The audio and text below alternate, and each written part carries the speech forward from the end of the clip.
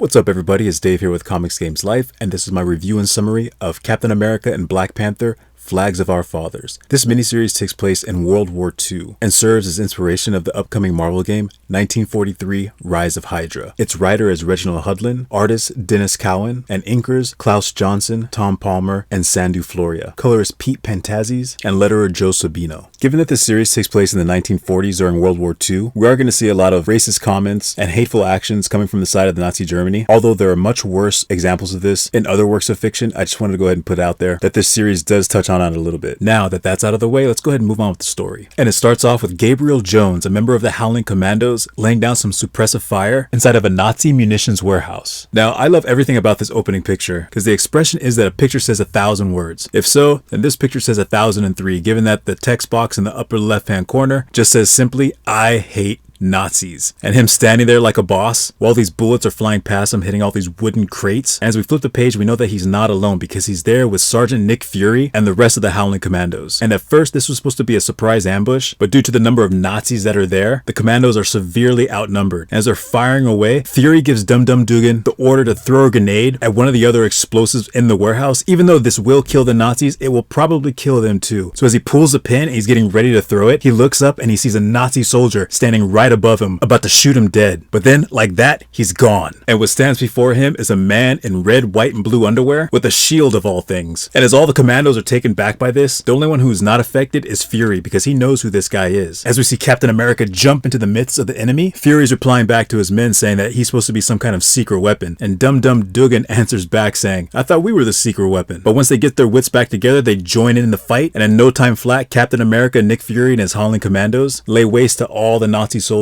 in the warehouse. Now back on a naval vessel in the middle of the Atlantic Ocean, we see our heroes eating at a chow hall. As the captain arrives, he grabs a seat and the cook brings him a plate. But he didn't just grab any seat, he actually sat right next to Gabe. Now, Gabe is the only black person in the whole squad. Now obviously we all know that back then there was lots of racism, segregation, and things like that. As we look back, Nick Fury, he chose Gabe because of his skill set and the ability to get the job done. To him, color didn't matter. So he recruited him to the Howling Commandos based off that. And we see Cap with that same mind frame. And Gabe is actually kind of taken aback by this, that wow, this guy, this embodiment of America, just grabbed a seat right next to me. And as Captain America is looking at his plate, he notices he doesn't have any silverware, and he reaches over and grabs Gabe's spoon and asks, "Hey, are you done using this?" And Gabe replies, "Yeah, sure." And Captain America just starts digging into his food, and we see in the text box right next to Gabe, Gabe is like, "Oh my gosh, not only is he sitting right next to me, but I just had that spoon in my mouth a minute ago and he doesn't even care." So I thought this interaction was really pretty cool. It kind of showcases the bond and the tightness that they have with one another. And Captain America and Gabe, they don't know each other. Like, they're not friends, they don't have a history. They literally just met. So in a way, Captain America is not just the embodiment of what America is, but he's also the embodiment or a symbol of what America can and should be. Now, as the scene finishes, we learn that Captain America, Nick Fury, and his Howling Commandos, they're being sent on another mission to Africa, specifically Wakanda. So as they're all on board a military plane, Captain America jumps from the plane first as he lands at a specific location on the Wakandan border. The rest of the squad are going to jump out a little bit later and land in a place that will keep them hidden so they can recon the area and provide cover for Captain America if he needs it. Shortly after Captain America lands, he makes his way to a clearing where he's shocked at what he sees because what lays before him are the heads of Nazis impaled on sticks all across the Wakandan border. Then a voice calls out behind Captain America saying, "You can go home now. We've taken out the garbage." And he turns and he's face to face with the Black Panther. So to give a quick history about what happened here, after Captain America, Nick Fury, and the Howling Commandos destroyed that munitions warehouse, it got Hitler's panties in a bunch because it set back their intercontinental missile program back by like 6 months. And while in a meeting with some other military leaders, they get intel about this metal called vibranium out of Wakanda. And said if they had that, that would allow their missile to not be disturbed as it's fired from Germany to the United States or anywhere else they want to send it. So as some jokes are thrown around about Africans being primitive or whatever, Baron von Strucker is really the only one who kind of takes him seriously. So as the others leave, he's pulled aside into another room with a mysterious character. And he's told that those other officers are idiots and he's going to be the one to lead this mission in Wakanda. So Baron von Strucker, he's a well-known character. If you don't know him already, he's one of the leaders of Hydra, but he got his beginnings as a Nazi officer. So when the Nazis get to Wakanda, they send a first wave of soldiers in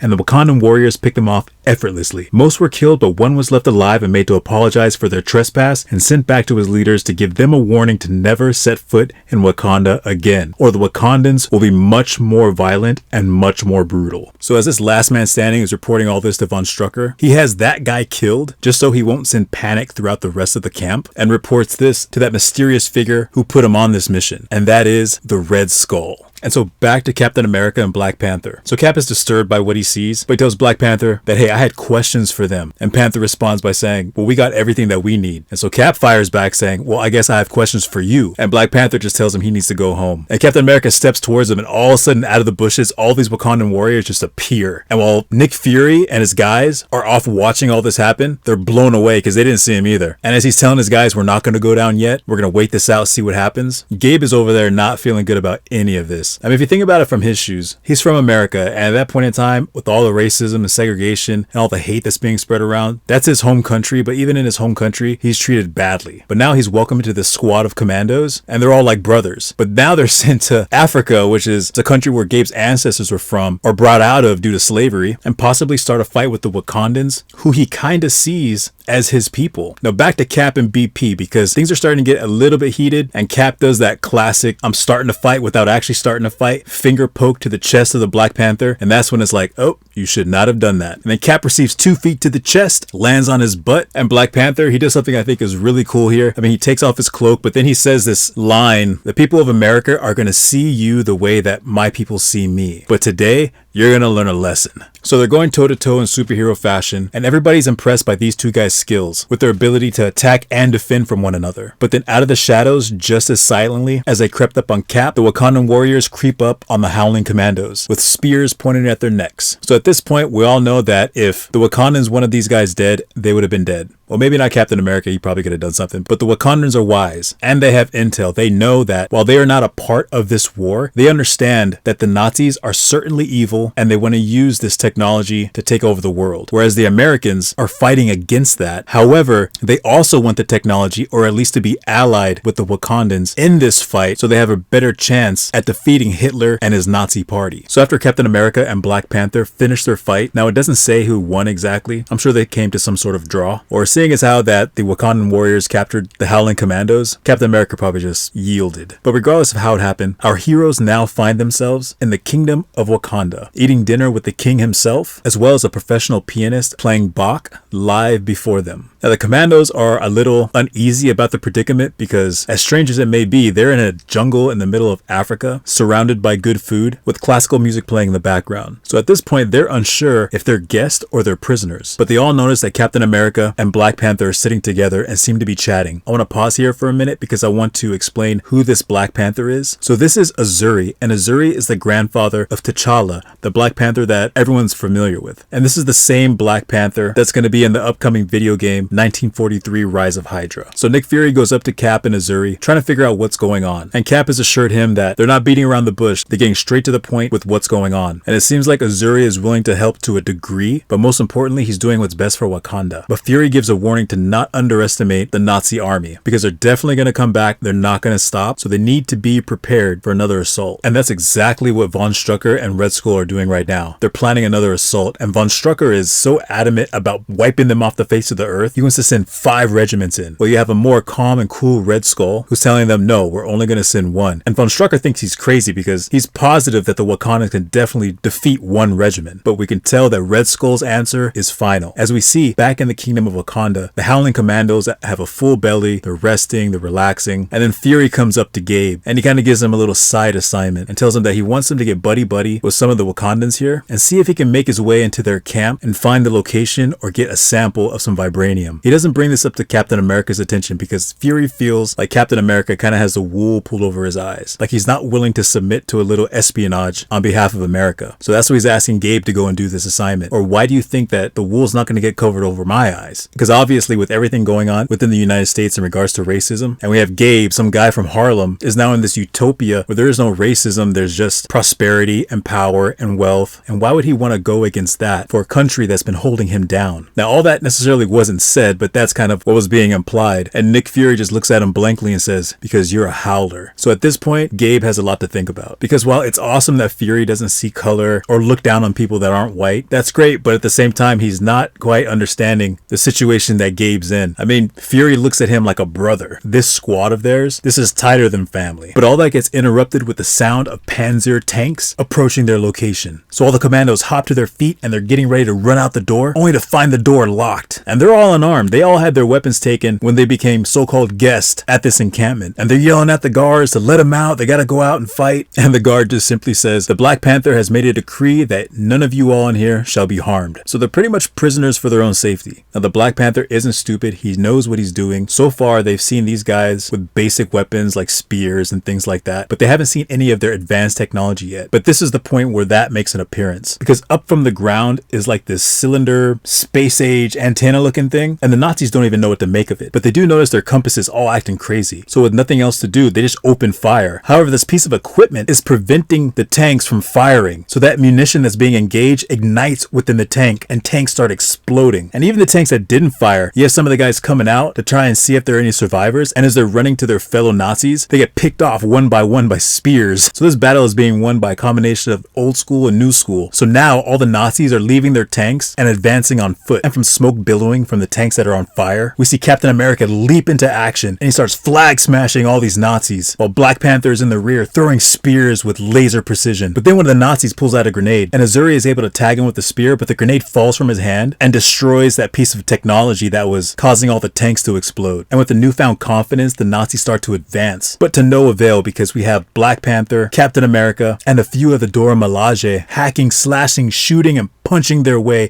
through the regiment. And finally, when the dust is cleared, the only thing left in their wake are bodies and bloody weapons. So finally, the Howling Commandos are allowed to leave their little cabin and they're given their weapons back and they are ready to rumble. And they advance toward the battle zone, screaming a war cry, only to find out that they were just let loose so they can clean up the bodies because everybody's dead already. So now we have Captain America and Black Panther in the King's quarters being treated for their injuries. And while Steve Rogers is just wowed by their medicine healing him so quickly, he can't help but go back to their original discussion. And he's asking, why don't you guys just help us fight this fight? With your guys' help, the war will be over in weeks. And Azuri answers him by saying that by staying in our place, not being a part of anything outside of Wakanda, that ensures that no one will advance upon Wakanda and the rest of the world will not have to fear Wakanda advancing on them. And then Captain America fires back saying that he's already spoken to Prince Namor, who once just wanted to sit on the sidelines, but he recognizes how evil the Third Reich is and believes that we should come together to fight for the greater good. Now, Azuri's not stupid. He understands what Captain America is trying to say, and he can see the good in that, but he feels the only way that people are coming together now is because they're facing an enemy. And when that enemy is eradicated, with no one left to fight, these countries will once again start fighting themselves from the inside. And he does not want that for Wakanda. And he challenges Captain America that these ideals are pure and they're good, and while amongst a great battle can triumph over evil, but once the war is done, do you really think you can maintain them? Now back at the Nazi camp, Von Strucker is upset and confused why the Red Skull would only send one regiment, and the Red Skull tells him that this was only meant to be a reconnaissance mission, to see what the Wakandans are capable to do and to put them in a place of overconfidence, because the Red Skull has a whole different plan cooking that doesn't involve more troops and more tanks. And he invites Von Strucker over to another tent to show him exactly what he means. And now we're introduced to three interesting villains. So we have Master Man, Warrior Woman, and Armless Tiger Man. Now Master Man is essentially the Nazi version of Captain America. He has been given something similar to the Super Soldier Serum, as well as Warrior Woman, although hers was more by accident and Master Man's was more on purpose. Regardless, both of them are just as strong and as fast as Captain America. And then you have Armless Tiger Man. Now this guy is pretty much just crazy. He lost his arms in a mechanical accident and learned to use his feet for everything, but he doesn't have super strength. He just has like that crazy mental strength, plus he's a cannibal. And we can see all three of them have no sympathy for the captured Wakandans that are in the tent with them, but Red Skull is showing Von Strucker this is the team he has put together to go after the Wakandans, and they will not be expecting them. But there's one more person in this team that Red Skull has yet to reveal, and that is the White Gorilla, the leader of the Jabari village. Now, not to be confused with M'Baku, the White Gorilla that's alive in this current generation. This is obviously a different person because, again, this takes place in the 40s during World War II. But anyway, he hates the Wakandan people because they have kept all of their technology and resources to themselves and shared nothing with his neighboring tribe. So now it's his turn to demonstrate his strength and power before this Nazi Legion of Doom on the remaining Wakandan slaves. And he crushes their skull and he rips them apart, and pretty much being just as bad, if not worse, than Master Man, Warrior Woman, and Armless Tiger Man. So this is the team that the Red Skull has put together. They're violent, unorthodox, and the Wakandans are not going to expect it. Now back at the Wakandan camp, Nick Fury is asking Gabe if he's good with engaging on this little side mission. And he still feels conflicted about it, and he's questioning Sergeant Fury as to why he thinks he's the best guy for the job. And Fury simply responds by saying, because they like you, and if they had liked one of the other guys better, he would send them instead. And tells him saving lives can be a dirty business. Can I count on you? And Gabe just responds with, you can count on me, sir. And then Nick Fury makes another visit, except this time it's with Captain America. And he talks to him privately in his room. And he tells him he needs him to do something that only he can do. Now we don't get the details on what happens, but all we see is Captain America's response and says he cannot do that. And so Fury walks off. And so Gabe, he's off doing this side mission, trying to steal some vibranium. And he's walking through Wakanda. He's seeing the happy people. He's seeing the kids playing. He's seeing men and women operating machines that he's never seen before. And he can't help but think the world is not ready for this. This place is just too good to be true. And then he comes across someone wearing mining clothes, and he asks if they're going to the vibranium mine. And the guy says, yeah, that's exactly where I'm going. As a matter of fact, there's a transport that's about to come here to take us there. And so Gabe hops on and makes his way over to the mines. But that's as far as he gets, because at the entrance are two guards, and they're not as nice. They're very stern with him. They're asking what he's doing here. And Gabe responds with, my boss told me to come here. My boss should have talked to your boss, and that kind of thing. But the Wakandan guards aren't having it. But while this is going on, one of them happens to look up to the sky. And is it a bird? Is it a plane? Nope, it is Master Man, falling from the sky like a missile. And followed behind him is Warrior Woman, who is literally riding a missile. And the ground explodes as Master Man crashes to the surface. And the Wakandan warriors are already at their big guns firing at Warrior Woman. And the missile she's riding explodes in the sky. And despite that explosion, she seems to be unfazed. Matter of fact, she looks nonchalant about the whole thing. And then she comes crashing down to this old woman's hut. And then she sees her and decides, I guess you're the first one I'm gonna kill today. Grabs a hold of her, cocks her arm back, and delivers a fierce punch, but only comes into contact with the shield of the Star-Spangled Avenger. And then Cap says, I hate to hit a woman, and then proceeds to put the smackdown on her. Not only that, but the old woman who was about to get her head knocked off tells Captain America to use the skillet on her. And so Captain America grabs the skillet, and just like Rapunzel and Tangled, he starts smacking her left and right. But Warrior Woman recovers and delivers a devastating blow to Captain America and sends him flying through the roof of the hut. And Cap caught some serious air, so much so that Black Panther was actually able to catch him in the plane that he's currently piloting. And we hear over the telecommunications that the city isn't the only place being invaded. We hear that enemies are also attacking the kingdom. So Black Panther drops Captain America off there while he continues to fight in the city. And we see that the queen is fearful and she's looking for her two sons. And just then the white gorilla shows up. But before he's able to attack, Cap comes crashing down on him with his shield. And as they fight, the white gorilla is just hammering Captain America's shield repeatedly over and over. And he's yelling threats at him and he's ridiculing him. And finally he asks him with gasping breaths, why aren't you fighting back? And so Captain America answers that question with a 1-2 punch and knocks out the white gorilla. Let's see what's going on back at the city. Now we have Master Man just ripping through these Wakandan warriors. And we see Gabe firing round after round at him. And nothing seems to be slowing this guy down. And Master Man punches Gabe to the ground and he tells him, you came all this way to die in your homeland? And Gabe looks up and says, no, I came here all this way to watch you die. And Master Man looks at him and says, how do you think that's gonna happen? And then BAM! Black Panther hits him with his airplane. Now in the midst of all this, Warrior Woman is doing her own damage to the Wakandan people. But she's confronted by two of the Dora Milaje, and unfortunately she kills them pretty easily. But then she notices Black Panther seemingly burning or melting the face of Master Man. And as he falls to the floor incapacitated, she comes up and attacks him from behind. But her too receives the same fate. Now, I know that it looks like they're both dead, but they're actually not. They actually do survive this. And funny enough, they actually get married. But not because they're in love with each other, it's because Hitler thought it was a good idea for them to get married. Unfortunately, the white gorilla was not the only villain at the kingdom, because a door opens up and what stands before them is the armless Tiger Man, and behind him are piles of Wakandan warriors that he's killed and taken some bites out of. Now we see that the queen now has her two sons, but one of them decides to do something foolish and makes a run for it and is quickly knocked down by the Tiger Man. But fortunately for them, Private Gabe Jones is now on the scene, and as he's peeking around a corner, he takes out his lighter and uses its reflection to get a good sight on his target, because armless Tiger Man now has one of the princes wrapped around his leg, threatening to slit his throat. But Gabe takes the shot, hits Tiger Man in the head and exposes his brain for the world to see. Now the Queen, of course, is incredibly grateful to Gabe for saving her son. And then Captain America appears on scene after just defeating the White Gorilla, and then the two of them leave to go find the Howling Commandos, because during this whole attack, they were on a mission to go find that Nazi camp. So now we see the Howling Commandos, and they're making their way through the jungle, and they can see the Nazi camp off in the distance. But just then, Red Skull appears, and he's not just wearing a suit and tie. He is head to toe rocking some Nazi power armor. And just like that, bullets start flying. The Commandos are firing away, but nothing's happening. Bullets are just ricocheting and flying off the Red Skull's armor. So the Commandos have no choice but to just disperse, to not make themselves an easy target, because the Red Skull is laying down some serious firepower. But then the Howling Commandos make a run for it. Not away from the battle, but they're actually running towards the Nazi camp. And they barge into the tent of Baron von Strucker. So Nick Fury and Strucker are participating in some hand-to-hand combat, while the rest of the Commandos are just blasting away at Red Skull. And just as Red Skull has worn down the Commandos, he's pointing his minigun at them, ready to deliver the final blow. But then something catches his eye. And that happens to be Captain America and Black Panther dive bombing from a plane, and they land with some serious impact and begin punching away at the Red Skull's armor. And during this conflict, Red Skull is able to grab hold of Captain America's triangular shield, and with his power armor he's able to crush it into splinters. And then Black Panther hands Captain America his circular shield, and then he flings it at the Red Skull, and it hits him dead in the chest. Not only that, but breaks through his armor and puts the whole thing out of commission. Now with the battle pretty much won, the only bad guy left is von Strucker, who's got a gun pointed to the head of Nick Fury, with Fury graciously pointing his own gun back at the Baron. And Fury points out that as they're speaking, the Red Skull is currently being electrocuted by his own suit, and Hitler would not be happy with him if the Red Skull dies on his watch. So the Baron drops his gun and resuscitates a puking Red Skull. And then the Black Panther makes it clear to the Baron that you are the last person standing. The entire Nazi occupation here is either dead, captured, or on the run. Your invasion of Wakanda was a failure, and you are to return to Germany to tell Hitler what happened here, and to deliver the message that if he ever sees another Nazi step foot in his country again, he will rescind his non-interventionist policy, invade Germany, and kill everyone there. And so Black Panther lets go of the Red Skull, as well as Baron von Strucker, and Nick Fury looks at Cap puzzled, asking, is he really letting them go? And Cap's only response is, it's his country, it's his rules. So at this point, this is where everyone parts ways, and Captain America and Black Panther shake hands and commend one another for their courage and bravery. And the Black Panther tells Captain America that he's always welcome in Wakanda. And not only that, you can take that shield if you'd like it. But Cap just looks at it fondly and says, no thanks, but you did give me an idea for my next one. So as Captain America and the Howling Commandos are about to leave in a military aircraft, Azuri pulls Gabe off to the side and asks him if he considers his offer. So this offer was actually made just prior to Captain America and Black Panther's surprise attack on the Red Skull while he's wearing his power armor, because on the plane ride there, Black Panther is talking to Gabe, and he's saying that since you've been in Wakanda, you've shown nothing but class and honor, and he thanks him deeply for saving his son's life. And for that, he's offering him citizenship into the country of Wakanda. Now, Gabe has seen what happens in Wakanda. He sees the beauty, the technology, the peace. Well, even though Gabe was prohibited from entering the vibranium mine, while he was making his way from the city to the kingdom, he actually stumbled upon some, and not sure what to do, he actually takes a piece of it and puts it in his pocket. Now, nobody knows he's done this. So fast forward back to their conversation before Gabe is about to get on the plane to leave Wakanda with the rest of his squad. He tells the Black Panther he appreciates it, but he has to decline. And Azuri tells him that that's all right, because if you ever need my help, I will be there for you. But in return, there will be times where I will call upon you for your help. And Gabe tells him that he's good with that deal, because if we don't watch each other's backs, who will? So now on the plane back to the States, Fury's having a one-on-one with Gabe, and he's asking him, were you able to get some of the vibranium? And Gabe is telling him, no, I didn't, because they had eyes on me the whole time. I wasn't able to. And Fury looks at him and says, kid, you're too good. There's no way you didn't get your hands on some. And he tells him, sorry, Nick, but those are the facts. And Fury tells him, maybe you're not clear on where your loyalties lie. Do you want to go back to paradise? And Gabe answers him directly, I do, but I'm here anyway. If that's not good enough for you, let me know now. And these two lock in a dead stare, and Fury replies with, fair enough.